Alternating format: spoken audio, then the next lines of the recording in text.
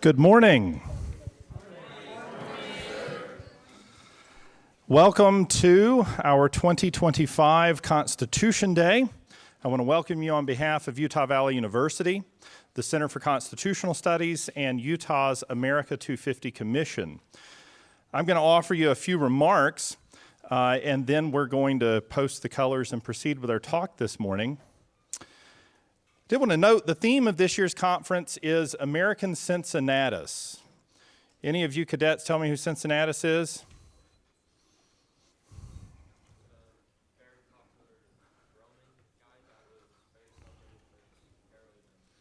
It was a Roman celebrated for his heroism, and like George Washington, after saving the Republic, he laid down his arms and went back to his farm.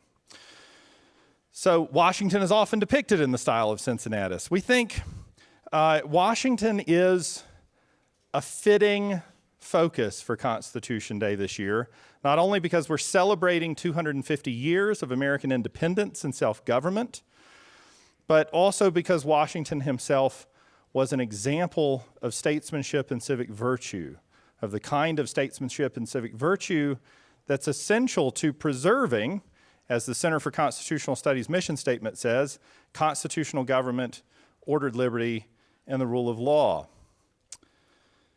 Like the greatest of statesmen, Washington proved capable both of defending his country in war and of governing it in peace. He exhibited the virtues of courage, civic charity, temperance, justice, wisdom. He modeled the submission of the executive power to the constraints of law, and he established the American tradition of a subordination of the military to the civil authority. These are all tremendous blessings that we as Americans enjoy, and it's our duty to preserve and indeed to improve, like the rest of our constitutional inheritance. Like his only rival in the annals of American statesmanship, Abraham Lincoln, Washington embraced the natural rights doctrine of the Declaration of Independence, learning over time to see the injustice of chattel slavery and manumitting those within his power at the end of his life. He cherished the free exercise of religion, which is the cornerstone of American liberty.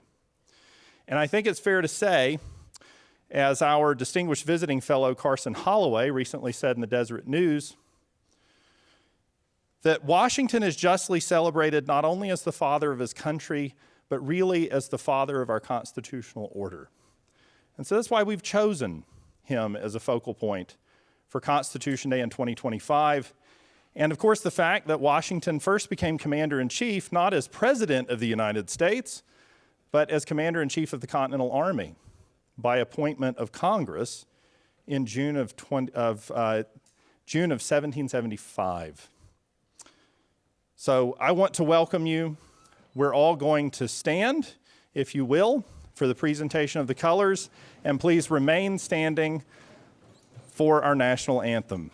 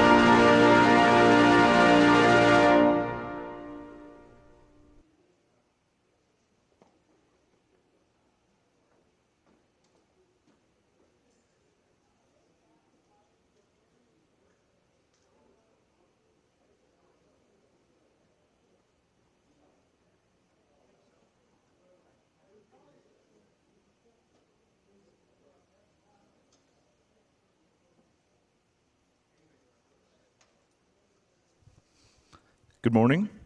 My name is Spencer McLaughlin. I am an English major here at UVU. I have a, what? Oh, please be seated. My apologies. If you can't tell, I am horrible at charades. Didn't get the memo. Anyway, my name is Spencer McLaughlin. I am an English student here at UVU with a double minor in Constitutional Studies and Criminal Justice. I am also a Tocqueville Fellow here at the Center for Constitutional Studies under the Civic Thought and Leadership Initiative. And it is an honor for me to introduce this morning's speaker.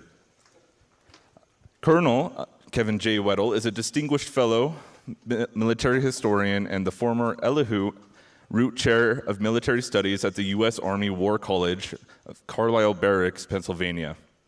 He is a native Minnesotan, a graduate of the U.S. Military Academy, and served over 28 years on active duty in the U.S. Army before retiring as a colonel. This coming year, he will be a research fellow in the George Washington Presidential Library at Mount Vernon. Colonel Weddle's second book, The Complete Victory, Saratoga and the Revolution, earned 6 national and international literary awards, including the Gilder Lehrman Prize for Military History, the Francis Tavern Museum Book Award, and the Society of the Cincinnati Prize. The subject of Colonel Weddle's remarks in the pivotal year, Washington as Commander-in-Chief in 1777, will be what he will be discussing. And please join me in welcoming Colonel Weddle. Thank you.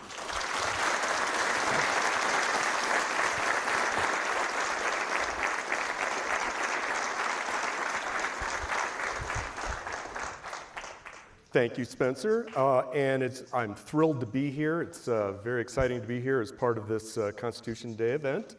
And I'm particularly happy, excited, thrilled to be able to talk about America's greatest leader to a bunch of our future leaders. So let me just jump in there and say, there's many things we could talk about when we're talking about George Washington. But the thing I'd like to do today is focus on his development as Commander-in-Chief during the critical year of 1777. Now, why am I picking 1777? Well, that year was bookended by the stunning American twin victories at Trenton and Princeton in late December 76 and early January 77. That's how it started. It ended with Washington skillfully diffusing a challenge to his position in the wake of the great American victory at Saratoga, and then marching his army into winter quarters at Valley Forge. And in between that time, it was a period of the most active campaigning during the entire war. And a lot of critical moments in American history take place during 1777. And in fact, 1777 is the year where we will lose the most casualties. We will have inflicted on us the most casualties during the American Revolution, and we will inflict on the British the most casualties that they will suffer during the American Revolution. Now, Commander-in-Chief, that's an interesting title. While the military title of Commander-in-Chief is fairly common in U.S. history, being a Commander-in-Chief like Washington was is very, very rare. Very few military leaders who held even the highest commands were also dual-hatted as commanders of their nation's principal field army. So when I think about U.S. history, the only one I can think of is U.S. Grant, who held a similar position, although he was called the General-in-Chief. It's essentially the same thing, like Washington. And although Grant held that job for a little over a year, Washington was Commander-in-Chief for the entire 8 years of the American Revolution. Now, aside from Washington's leadership and strategic acumen, his efforts were groundbreaking and precedent-setting as he established the role of a military in a republic. Now, this is a very, very simplified command and control structure for the Continental Army in 1777. The civilian control of the military was Congress. And then, of course, you had the main army under General George Washington as the commander-in-chief. And then Congress had also established several departmental commands, as you can see there, northern, eastern, western, and so on. These were geographic departments.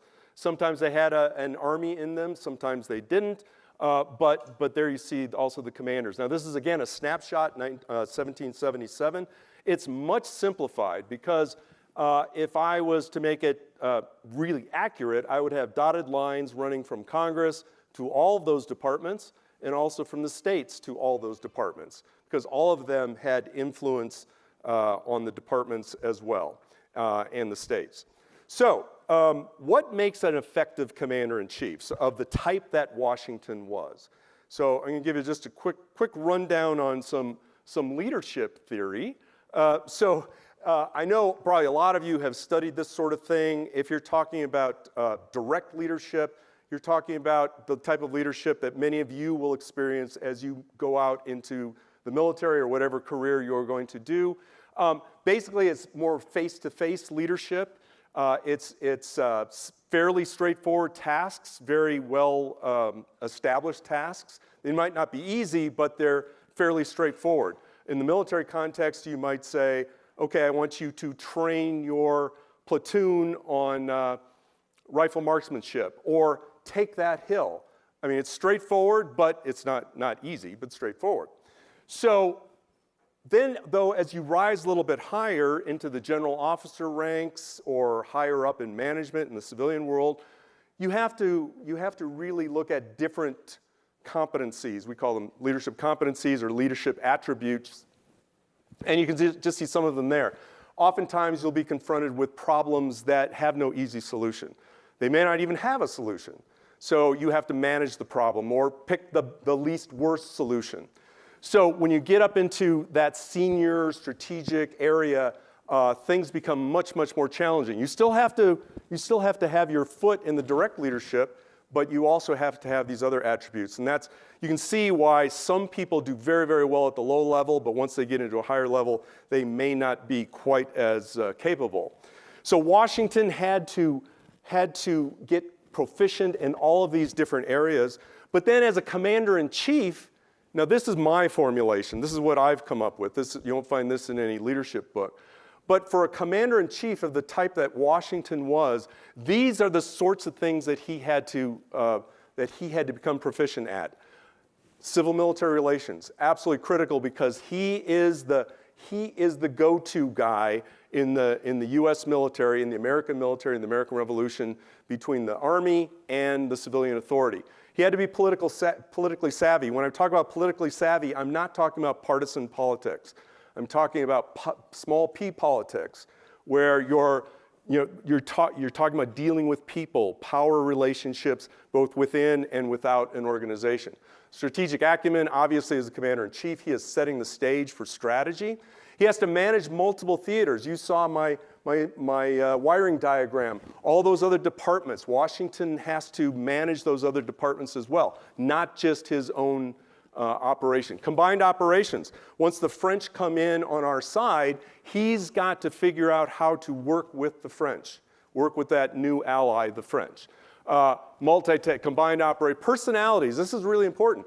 Just managing talent, being able to work with different personalities, developing relationships, both with people in the military and also the civilian world as well. So all of those things are absolutely critical for Washington to have to deal with as commander-in-chief. So that first one, civil-military relations, I want to spend a little bit of time on that because it's so absolutely critical when we're talking about the theme of this conference. From the moment Washington was appointed as commander-in-chief and received his commission on the 15th of June, 1775, he answered to and deferred to Congress as his civilian masters. With his carefully managed relationship with Congress, Washington set the precedent for civil-military relations in a republic. But there were significant challenges that Washington and Congress had to deal with. First, many of the delegates of Congress and Americans in general had a deeply rooted fear of standing armies and the threat to civilian authority posed by such a force and the man on horseback. This is a legacy inherited from the British and the English Civil War that had taken place only 125 years before. So everybody, every learned American knew about the English Civil War.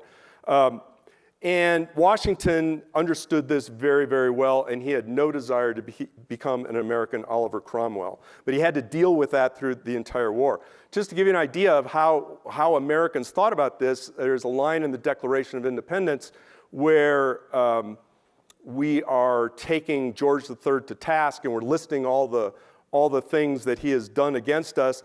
And one of the lines says, he has rendered the military independent of and superior to the civil power.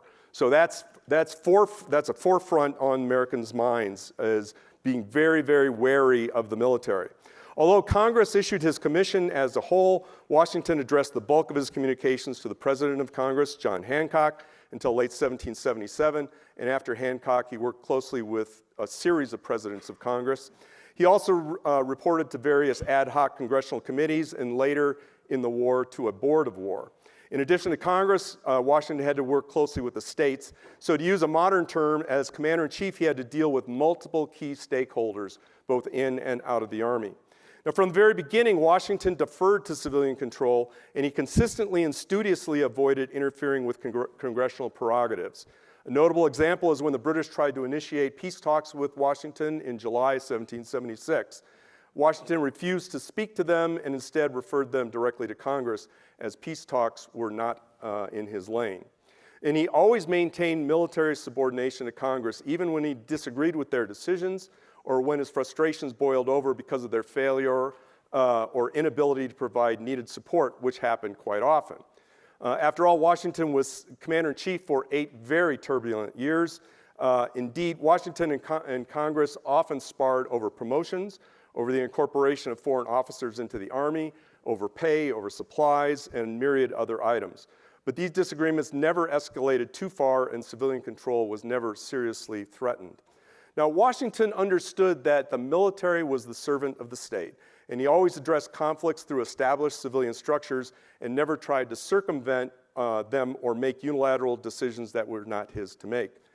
Consequently, Washington worked quickly to establish and maintain an atmosphere of trust between him, and thus the Army, and Congress, and of course the states as well. Communications was absolutely key to establishing this trust. Early on, Washington realized that, as one historian has put it, he had to constantly explain the Army to Congress and Congress to the Army. He did this throughout the war, and these efforts went a long way to maintaining healthy civil-military relations. Now, trust is the coin of the realm in civil-military relations. If you read any civil-military relations theory, trust is absolutely the key. And Washington knew this, and he was able to do this by establishing and maintaining a trusting relationship with Congress.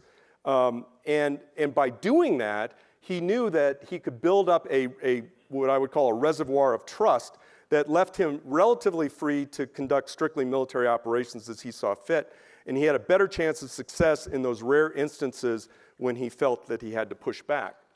Now, one of those instances occurred in mid-December 1776, after suffering defeat after defeat in the summer and fall of 1776 on Long Island and Manhattan, and with the American Army dissolving. The fate of the revolution teetered on a knife edge. On December 20th, Washington wrote Congress observing that 10 more days will put an end to the existence of our Army. Consequently, because of the critical situation and the fact that they were rapidly running out of time, Washington asked Congress to delegate to him the recruiting of soldiers, determining the length of their enlistments, and the raising of regiments. Up till then, Congress was responsible for all of that. If they followed the normal business, Washington warned, so much time must necessarily elapse as to defeat the end in view. He assured Congress that, quote, desperate diseases require desperate remedies, and with truth declare that I have no lust for power. So even on the brink of a catastrophe, Washington assured Congress that he was no Oliver Cromwell.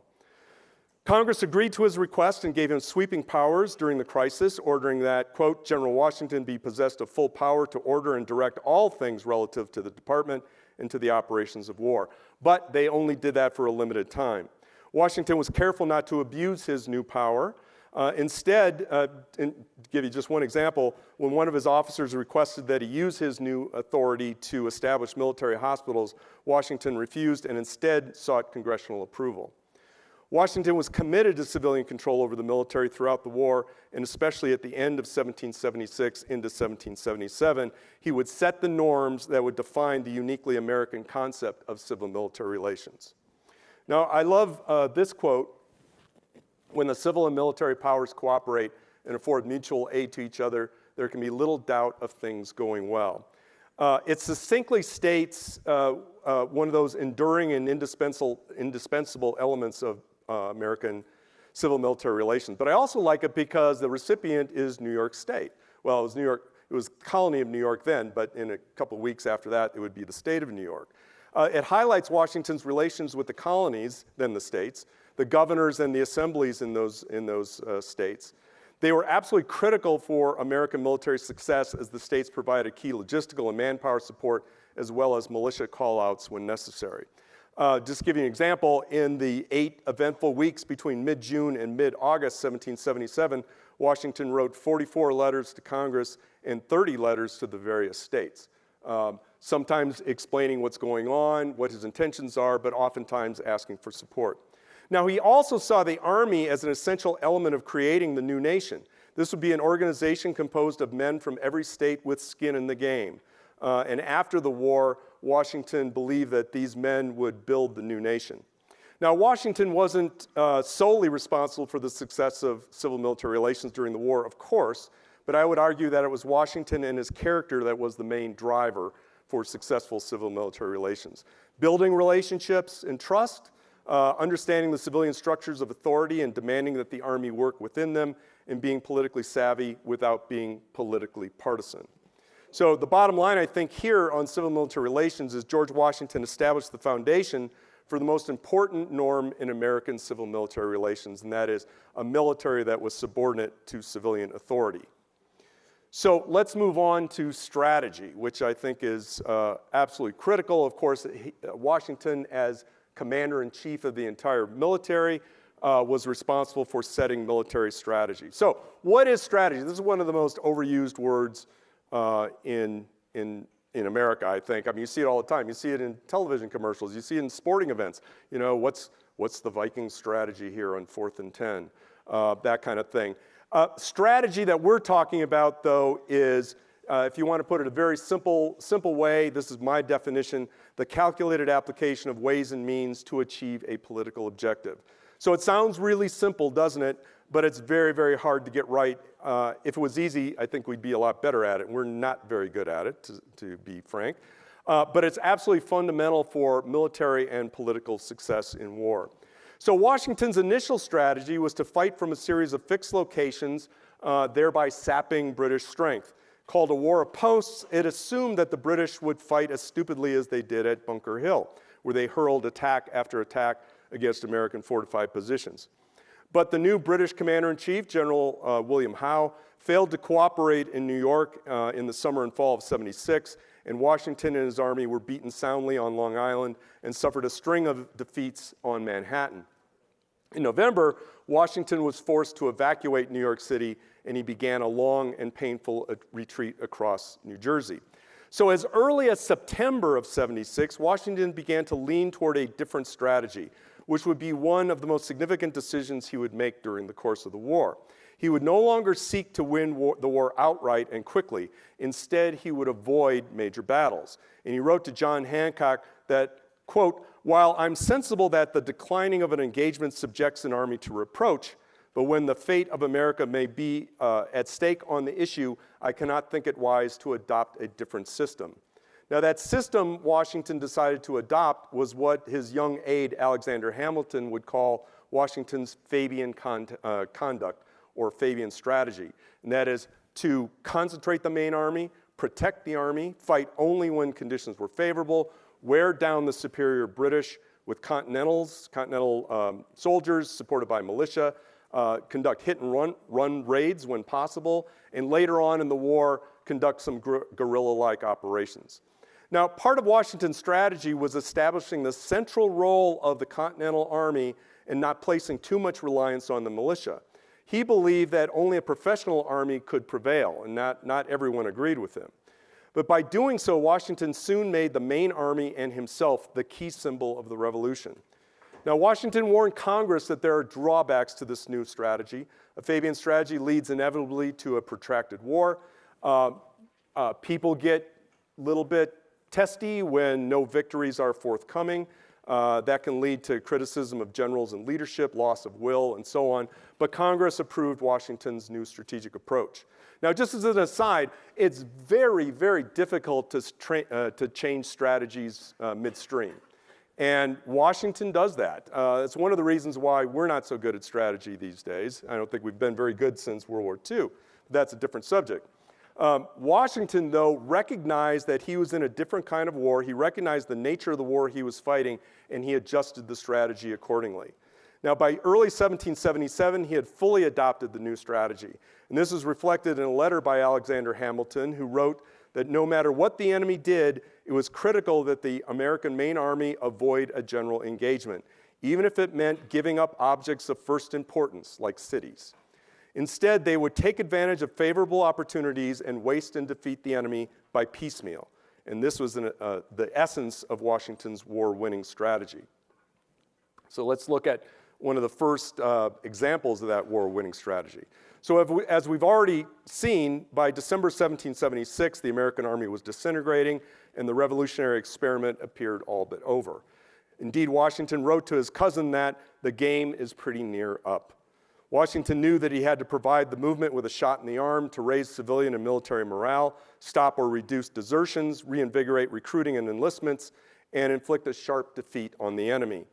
He did that by pulling off one of the most audacious and decisive turnarounds in history, the battles of Trenton and Princeton. Brilliant military operations that stopped the bleeding and saved the revolution. First, Washington and his ragtag army crossed the Delaware and attacked an isolated Hessian, that's German mercenaries, part of the British Army, a Hessian detachment at Trenton on Christmas Day. Actually, that's when they moved. They actually attacked the day after Christmas, winning a short, sharp victory and capturing almost 1,000 German troops. His gambles succeeded. Morale improved, and Washington successfully appealed to his soldiers to stay on beyond their enlistments, which for many of them ran out at the end of December. So that he wasn't over, though. Only days after that battle, Washington learned that a detachment from the main army was marching on Trenton. So he recrossed the Delaware, and he met the British at Assunpink Creek, which is just north of Trenton. Now, this was a large detachment of the British Army led by General Lord Cornwallis. Washington is able to fight a defensive fight and prevent the British from crossing over the creek. And that night, on the 2nd of January, Washington pulled off a brilliant fake on Cornwallis. He learned that Cornwallis had left a detachment behind at Princeton, which is about 15 miles north of Trenton. You can see it there on the map. And he left a bunch of campfires burning on the south side of the creek and duped Cornwallis into thinking he was still there. And instead, he took his small army and he marched it around Cornwallis all the way up to Princeton, defeated the British detachment up in Princeton, personally leading charges against the British forces up there, wins that battle, and then he's able to escape before Cornwallis finds out what's going on and is able to turn around and head back toward Princeton. So this is the first time that Washington will defeat a force of British regulars head-to-head in battle. He does that at Princeton. These victories were brilliant military operations, and in a way, they were really little more than large raids, but they reversed an unbroken string of defeats and basically saved the revolution. The battles were excellent examples of a skillful application of Washington's new Fabian military strategy. He didn't allow himself to get decisively engaged by Cornwallis. Instead, he was able to move around and go attack an isolated detachment. So it was a great example of the Fabian strategy. Trenton and Princeton transformed an almost lost cause into one that had a fighting chance and gave Washington time to regroup and rebuild. These two American wins, only a few days apart, sometimes called the 10 critical days between the two battles, stunned the British and convinced General Howe that he couldn't simply station detachments anywhere he wanted to. He pulled the bulk of his army back to New Brunswick and New York City. But Howe also concluded that the revolution could not be suppressed unless and until Washington and his main army were destroyed. So up until this point, I've painted a fairly rosy picture of Washington as commander-in-chief. He actually, after all, he saved the revolution. He changed the strategy to a one that he thinks is more likely to win, and he's moving forward. So, but not long after Trenton and Princeton, while Washington was concentrating on rebuilding the army at Morristown, New Jersey, which is his winter encampment, and maintaining a close watch on the main British Army in New York City, the American Northern Department in upstate New York faced a crisis. Major General Philip Schuyler, he's there on the left. You may have, if you've seen the musical Hamilton, you've certainly heard of Philip Schuyler. Schuyler left his Albany headquarters without permission and traveled to Philadelphia to air some personal grievances to Congress.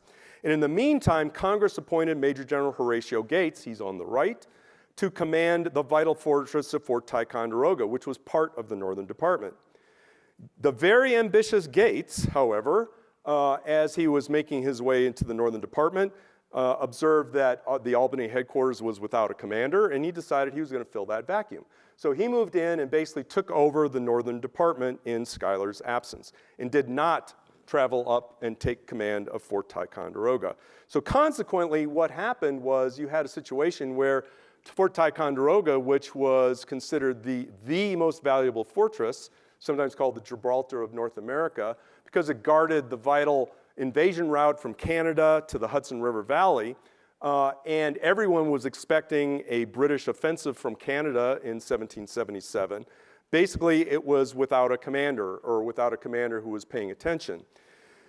So there was almost no unity of command in the Northern Department now. While Washington was aware of this command and control situation, he did not step in to resolve the issue. He neither asked Congress to order Schuyler back to Albany, nor Gates to Ticonderoga. So consequently, the department was unprepared for British Lieutenant General John Burgoyne, his offensive in early July that came to be known as the Saratoga Campaign. Now, the self-serving antics of Gates and Schuyler jeopardized the security of the American northern flank. Congress's and Washington's neglect of the department in the spring and early summer of 1777 unnecessarily impaired its readiness to defend against invasion.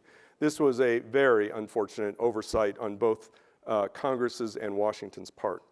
In the end, Congress reappointed Schuyler to command, infuriating Gates in the process and causing hard feelings all around, but the damage was done. So not long after Congress reappointed Schuyler, the British invaded, just as everyone expected they would. In June, Lieutenant General John Burgoyne left Canada with a force of about 10,000 British and German regulars and Native Americans. You can see that there. With the goal of seizing Albany and then taking control of the Hudson River Valley. A supporting column from Canada was to come down the Mohawk River Valley to Albany there to join up with the main body. This would split the more rebellious New England colonies, now states, from what the British believed to be the less rebellious middle and southern colonies. It was, the British hoped, a war-winning strategy. Almost simultaneously, the British commander-in-chief, General, now Sir William Howe, moved the main British Army to North America by sea from New York City to Philadelphia, hoping to lure Washington into a decisive battle. Now, as you can see, those are two very different British military strategies that maybe we can talk about during the Q&A. Now, the first, and Burgoyne thought the toughest part of his mission would be to neutralize the key American fort Ticonderoga, sitting astride that invasion route from Canada to the Hudson River. But instead of a protracted, there we go.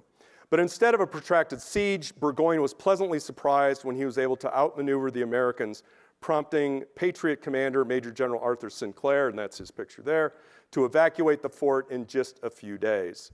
Ticonderoga was thought to be impregnable by most Americans, so its loss stunned Washington, Congress, and the Patriot cause. It's almost impossible to overstate what a disaster this was.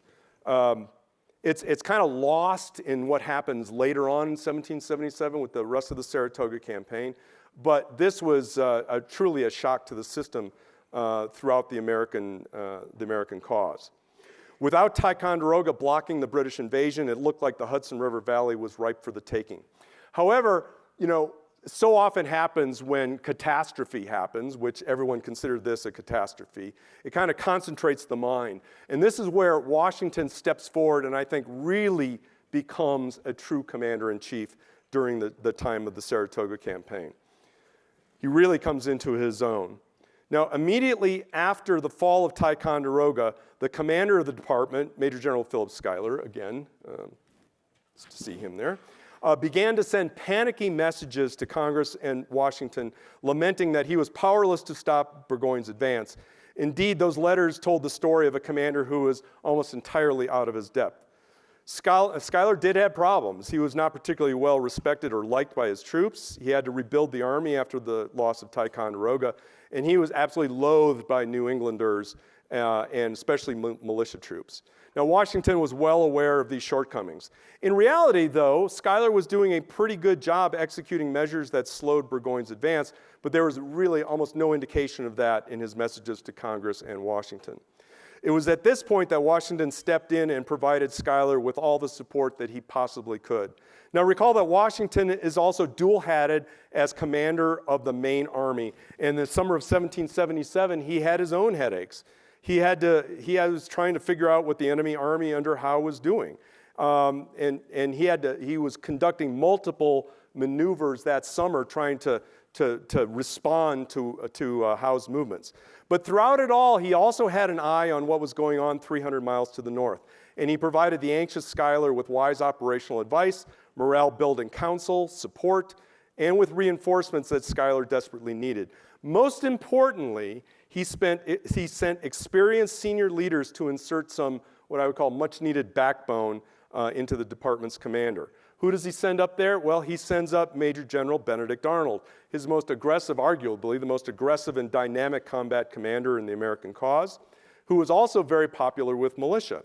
He sent Major General Benjamin Lincoln, someone that most people have never heard of, but he was an important figure in the war.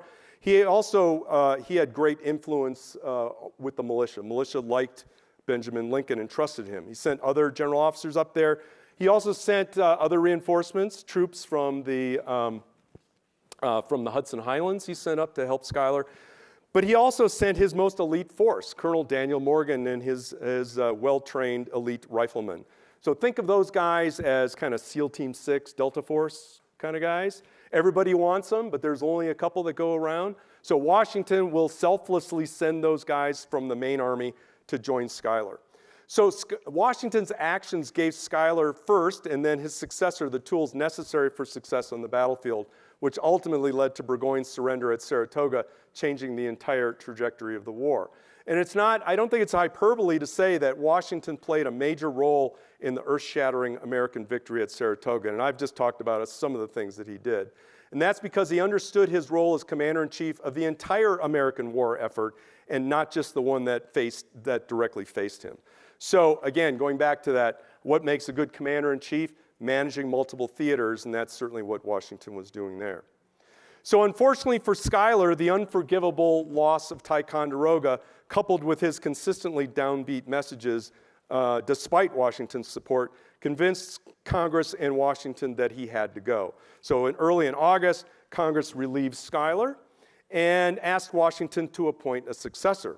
Washington instead tossed the ball back in Congress's court, writing to Hancock that, "I should wish to be excused from making this appointment," as Congress had always kept the power of department appointments to themselves.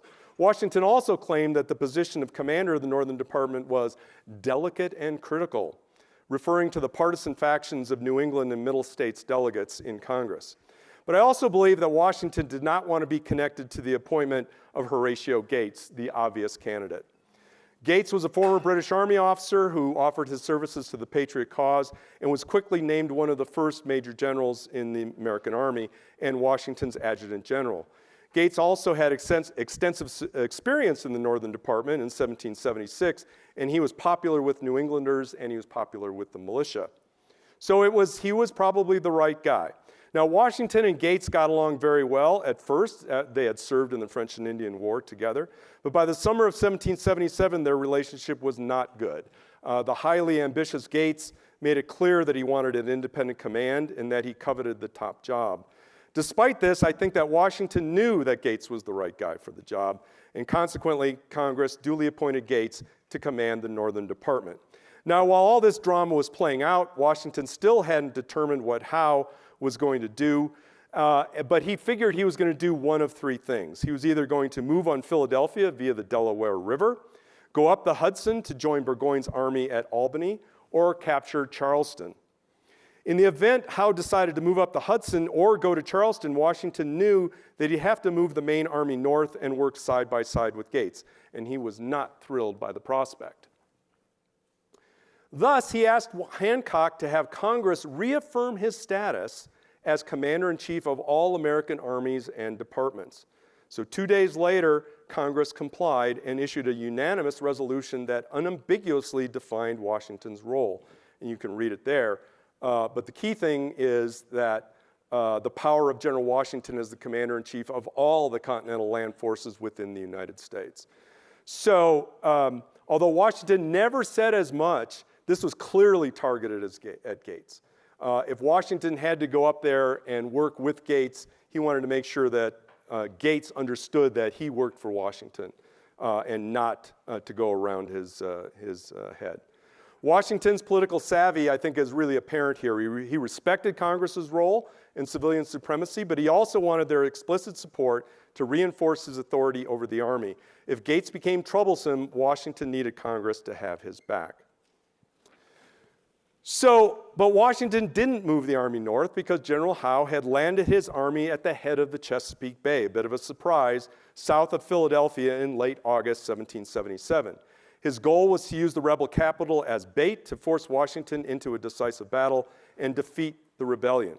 In my view, Howe had the right idea. By this time in the war, as we've seen, Washington and his army had become the revolution's center of gravity, which, after all, was part of Washington's strategy. While Howe disembarked his army and prepared to advance north, Washington moved his army to Brandywine Creek between Howe and Philadelphia. On September 11, 1777, the two armies met for the first time since the New York battles of 1776, and Washington was defeated in a hard-fought 11-hour battle. While the British clearly won the engagement, Washington was able to extricate the army and live to fight another day. So here you see he's still working on that Fabian strategy. He didn't totally get away from a major battle here, but he's certainly working toward it. I think at this point he thought he needed to at least make a show of defending Philadelphia.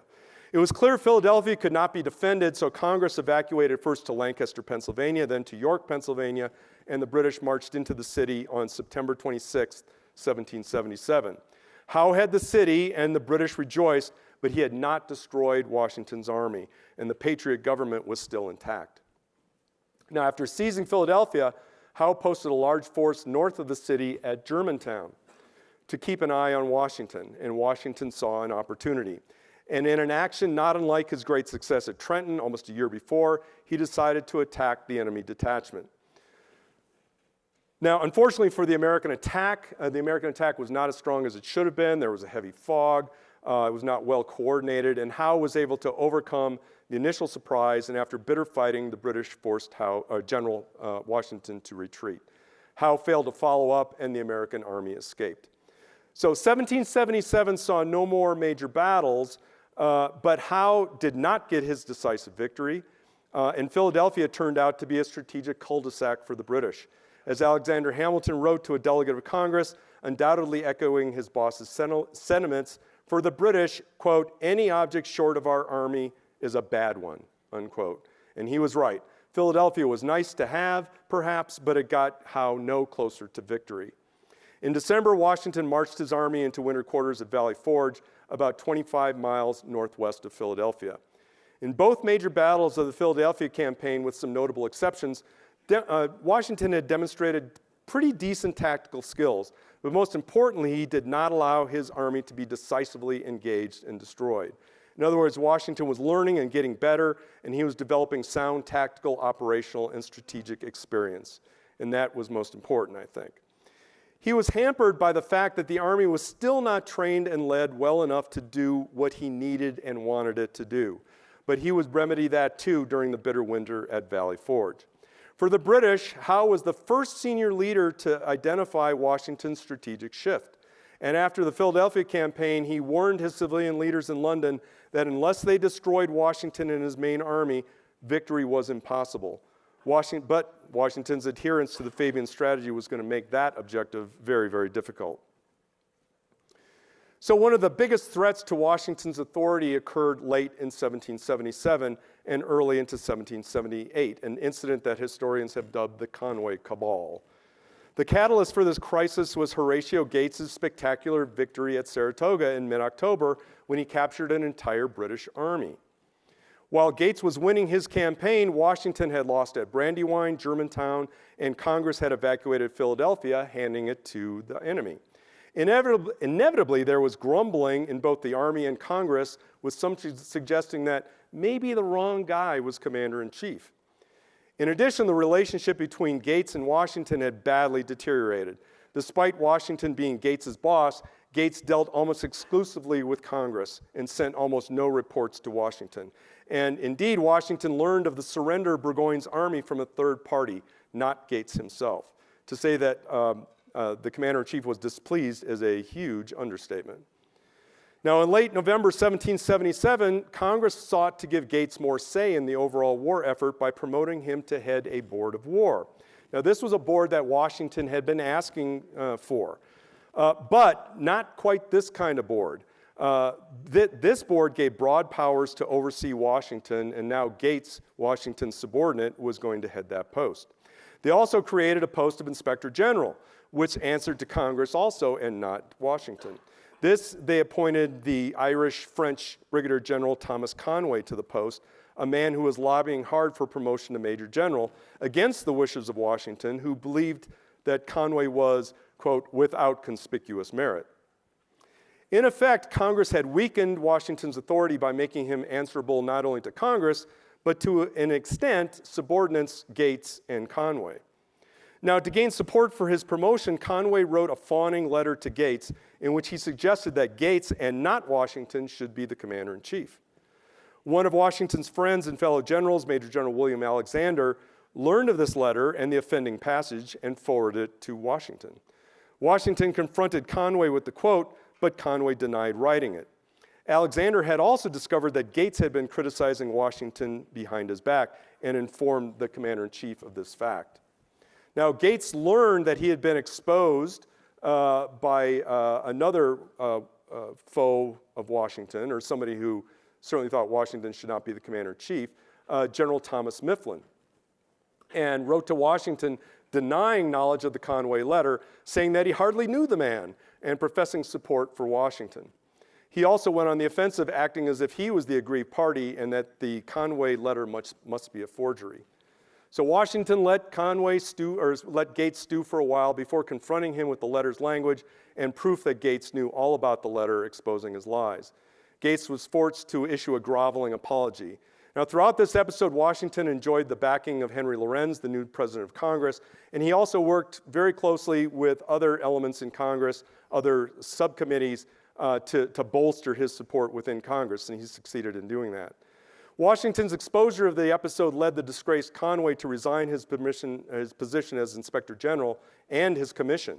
Washington's choice, Brigadier General Baron von Steuben, was appointed as his replacement. Gates stayed on as the head of the Board of War for a while, but his influence was muted, and he resigned soon afterwards. Congress later appointed Gates to command the Southern Department, where he was a spectacular failure. He was replaced by Washington's choice, Major General Nathaniel Greene, whose outstanding performance helped lead to the final American victory. Now, while there's little evidence that there was really a serious conspiracy of congressional delegates and generals working together to oust Washington, there was clearly some sentiment along those lines. And Washington was very careful to work, again, within established congressional structures and within his own position, and was able to rally support from both the Army and the Congress to expose these miscreants and ridding himself of the threat from disloyal officers. If anything, he emerged from the incident more secure in his authority as commander-in-chief. So another great example of his political savvy, I think. In the wake of the Philadelphia campaign, Washington marched the 12,000-man American Army to Valley Forge. While the Valley Forge winter of 1777 to 1778 was one of America's Army's most challenging periods due to widespread suffering and privation, it was also a time when Washington took the opportunity of the pause in active operations to build the Army into a truly professional force. He did this largely through the Army's newly appointed Inspector General, Brigadier General Baron von Steuben, who implemented a highly effective training program, teaching soldiers basic skills and educating officers and NCOs in their business. The Army that emerged from the winter camp was much more militarily effective than the one that entered in December, and they proved that by fighting the British Army to a standstill at the Battle of Monmouth on June 28, 1778.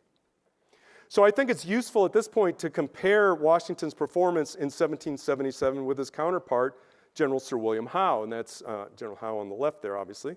Like Washington, Howe was both British commander-in-chief in North America, but he was also commanded the main British Army. So we're comparing apples to apples here. Unlike Howe, Washington had this strategic sense that was lost on the British commanders. In other words, he understood that the entire theater of operations as a whole and tried to manage that as best he could. Howe did not. Howe was laser focused on his army and what they were going to do in the Philadelphia campaign, and basically made a hand wave to what was going on in northern New York with Burgoyne up there. Washington did not do that. Washington knew that operations in the north would affect his and vice versa, and as the commander-in-chief, he had to try to coordinate the overall strategy as best he could. And this Howe did not do, much to the detriment of the British war effort. So 1777 was a year of crushing lows and joyous highs, of unrelenting stress and anxiety for the cause of liberty. Yet Washington weathered it all and came away from these trials as a better, more confident, and more competent commander-in-chief. Now, he was far from perfect, but he learned lessons and applied them and continued to improve and adapt. And through it all, he developed a reservoir of trust with Congress and that gave him the breathing room to make mistakes and bounce back. Largely through his actions, he assured that the bedrock concept of civil supremacy over the military would endure. And the U.S. has enjoyed continuously healthy civil-military relations for 250 years, largely due to Washington's efforts. Now, after the fateful year of 1777 and in the wake of the Saratoga disaster and the U.S. alliance with France, the British shifted their strategy and moved their operations to the south from late 1778 to 1781, hoping to capitalize on loyalist sentiment. Washington would be faced with new challenges, supporting the Southern Department, coordinating operations with our new allies, the French, and orchestrating the final campaign ending in the great victory at Yorktown in 1781. And after Yorktown, while negotiations to end the war dragged on, it was essential that Washington continue to maintain the Continental Army, and he did, successfully diffusing a near mutiny of disgruntled officers in Newburgh, New York, in March of 1783. And here you can see this is a letter he wrote to Hamilton talking about they were living in very dangerous times with this mutiny going on. Finally, after the Treaty of Paris was successfully concluded, he voluntarily gave up his considerable power, returning his commission to Congress on December 23rd, 1783, and you can read his remarks there. Retiring to private life, once again acknowledging civilian supremacy over the military. To willingly relinquish such power was virtually unprecedented, and Washington's act deeply impressed people on both sides of the Atlantic. Even King George III remarked that if Washington does that, he will be the greatest man of the world. And of course, he was not wrong. And I would argue that the tumultuous year of 1777 prepared Washington well for facing the challenges that culminated on that late December day in 1783. And I thank you, and I look forward to your questions.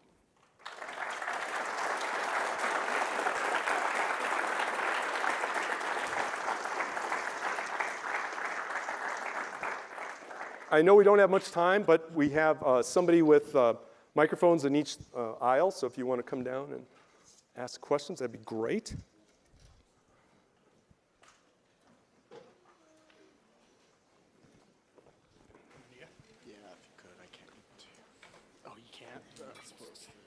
Sorry, gents. Sorry. It was mentioned a lot that Washington suffered from a lot of mutinous or ambitious senior leadership underneath him. Do you think there was anything he could have done to help prevent that kind of action or desire, or was it more just the ambition at the time? Well, yeah, you got to remember everything is happening on the fly. They are building these organizations on the fly. There's no precedent for any of this. And so there are many officers who are deeply, deeply ambitious. And so, because they see this as a great opportunity.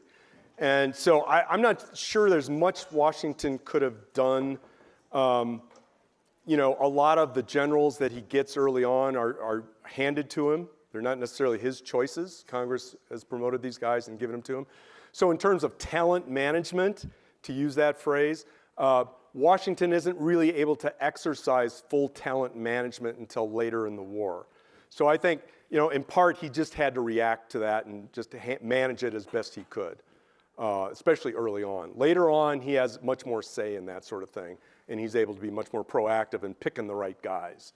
But he is able to take care of, the best officers, guys like Henry Knox and Nathaniel Greene, some of his very best officers. He's able to, make sure that they're getting into the right positions.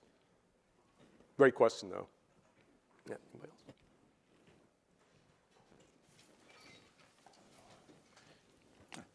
else? What were the difficulties he had working with the states? Oh, yeah, well, of course, all 13 states were different. They all were run differently. They all had different resources. They all had their own challenges. They were all jealous of their militia. So, getting states to call out militia in emergencies was a challenge because you had to make the case for it. They weren't always able to provide supplies that he needed, and because they had to take care of their own. So it all depended on which state he was dealing with, where the emergency was. For instance, and personalities played a big role. So for instance, again, I kind of go back to the Saratoga campaign. After Ticonderoga falls, Schuyler is desperately seeking militia support. And the New Englanders are basically saying, no, we're not going to give you any militia support. We're heading toward harvest time. These guys we need them to stay here because they need to feed the population. And no, we're just not going to do it because they didn't trust Schuyler. Some of them accused him of treason because Ticonderoga fell so easily. But once Gates came in to command, they trusted Gates, they liked Gates, and the militia starts pouring out to support Gates. So a lot of it was personality driven. So again, every state's different. Every state has a different organization. They all have their own challenges, their unique challenges, and personalities are involved as well. So yeah, all those things play into the kind of algorithm of how much support he was getting from the states. It's a great question. Thank you for your presentation. Really enlightening, and I love the focus on the character of George Washington. Recently, I read a book by Jeffrey Rosen, The Pursuit of Happiness. I don't know if you're familiar with that work, but really talks in there about Washington, a lot of the founding fathers, and their focus on self-governing or mastering themselves. And I'm just wondering, in your study of Washington, how you see that playing out in his life, because it seemed that, at least in some of his writings, that he just really was concerned with controlling himself and governing himself, and that was a key to his power. And I'm just wondering, how you've seen that in their studies. Yeah, that's such a great point. And I think that's the sort of thing that enabled him to hang in there for 8 years. When you think about 8 years of being commander-in-chief and the pressure that was on him day in, day out, and this is also a time before big staffs. So today, if the General Petraeus, commander of CENTCOM, he's got hundreds of officers doing things for him. Washington didn't have that. He was doing it all himself. So all of that, and then all these personalities he had to deal with, all these relationships that he had to deal with. I think only a guy who was able to do that, to master kind of self-control, keep him on an even keel, not have too many highs and too many lows, because, I mean, you'd lose your mind if you allowed yourself to get like that. I think only somebody like Washington could have handled that for 8 years. So great point. I think that plays a huge role in his ability to be an effective commander-in-chief for all that time. Matthew. Kevin, thank you very much for your comments. I think we run out of time. Oh, shoot. I appreciate it. And thank you all for joining us for this morning's session. Please join me in expressing our gratitude.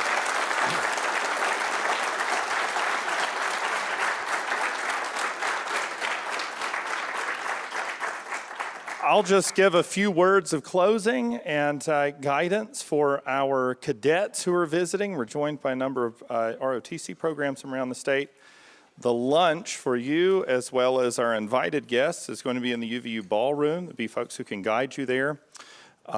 For those joining us online or other guests here, we appreciate you being part of this. We're going to continue our Constitution Day celebration and conference this afternoon at 2 p.m. with a talk from Nathaniel Philbrick, the eminent historian.